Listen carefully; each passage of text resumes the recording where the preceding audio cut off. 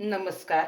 Sunita's kitchen या YouTube चॅनलमध्ये तुम्हा सर्वांचे खूप मनापासून स्वागत. आज आपण करणार आहोत बहुगुणी अशा आवळ्याची रेसिपी. त्यासाठी इथे घेतले मी 1 किलो ताजे आवळे. असे डाग वगैरे आवळे नसावेत. आपण हे आवळे 2-3 पाण्याने धुवून घेऊ.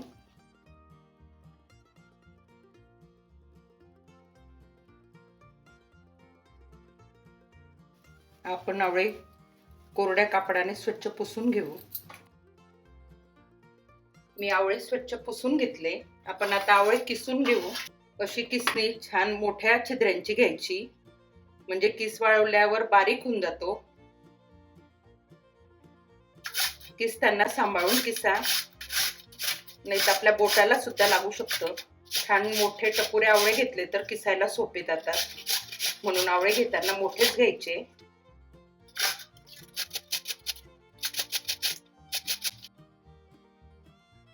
किती छान किस पडतोय आपला. आपण अशा प्रकारे सर्व आवळे किसून घेऊ.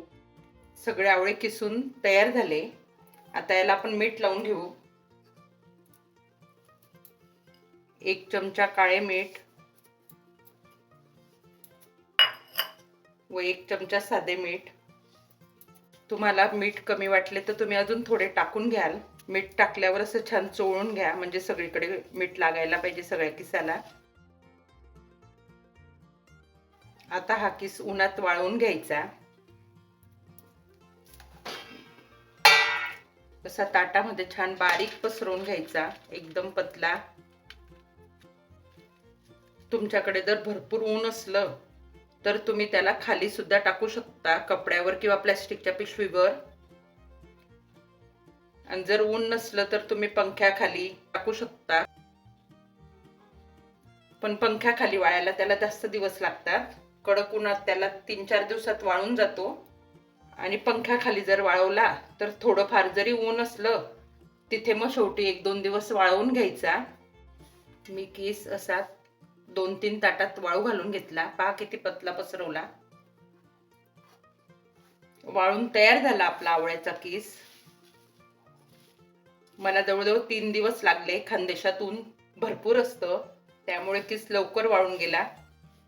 आणि किस एकदम कडक होतच नाही आवळा, तो थोडासा नरमच असतो. आवळा आपल्या केसांसाठी सुद्धा खूप चांगला आहे, डोळ्यांसाठी चांगला आहे. खरं तर वर्षभर आवळा खायला पाहिजे, पण आपल्याकडे वर्षभर आवळा मिळत नाही. त्यासाठी आपण अशी वाळवून रेसिपी केली तरी चालते. 1 तासात माझा किस किसून वगैरे तयार झाला. तुम्ही नक्की करून बघा. माझा व्हिडिओ आवडल्यास लाईक करा, शेअर करा, सबस्क्राईब करा.